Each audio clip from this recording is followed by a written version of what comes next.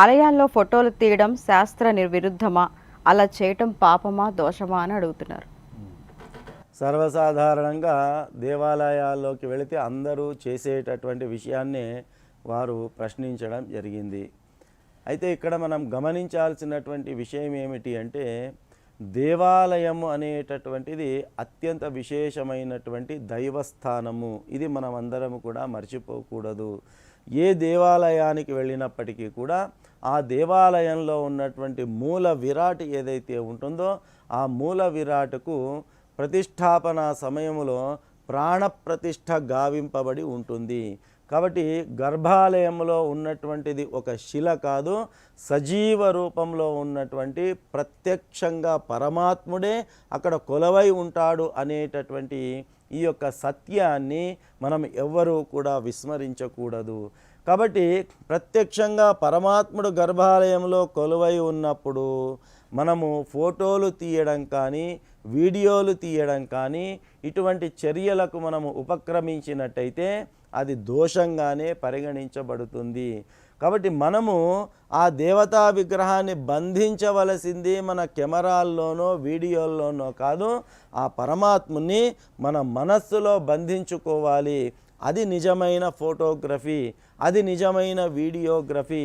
మనము ఎప్పుడైనా మనకు కష్టాలు కానీ నష్టాలు వచ్చినప్పుడు కానీ ఆ దేవతా మందిరములోని గర్భగృహంలో ఉన్నటువంటి ఆ మూల విరాట్ను గనక మనం స్మరించుకున్నట్టయితే సాక్షాత్ గర్భాలయంలో ఉన్నటువంటి ఆ యొక్క అర్చామూర్తి ఏ రూపంలో ఉన్నాడో అచ్చు స్పష్టంగా అదే విగ్రహ రూపం గనక మన కళ్ళల్లో నిలిచినట్టయితే అప్పుడు మనము నిజంగా మన మనస్సులో ఆ స్వామివారి యొక్క ఫోటోగ్రఫీని తీసుకున్నట్టుగా భావించాలి. కాబట్టి ఫోటోగ్రఫీ, వీడియోగ్రఫీ అనేటటువంటిది ఈ భౌతికమైనటువంటి విషయాలకు పరిమితం చేయకుండా ఆధ్యాత్మికమైనటువంటి మార్గంలో స్వామివారిని మన మనస్సులో బంధించుకోవడం అనేటటువంటి ప్రయత్నమే మనం ఎల్లప్పుడూ కూడా చేయాలి. ఆ రకంగా ఫోటోగ్రఫీ, వీడియోగ్రఫీలపైన దృష్టి పెట్టడం వల్ల మన వల్ల జరిగేటటువంటి మరొక పొరపాటు ఏమవుతుంది అంటే, మన మనసు భగవంతుని పైన లగ్నమయ్యేటటువంటి అవకాశం ఉండదు. మన కళ్ళతో ప్రత్యక్షంగా పరమాత్మని చూసేటటువంటి అవకాశం ఉండదు.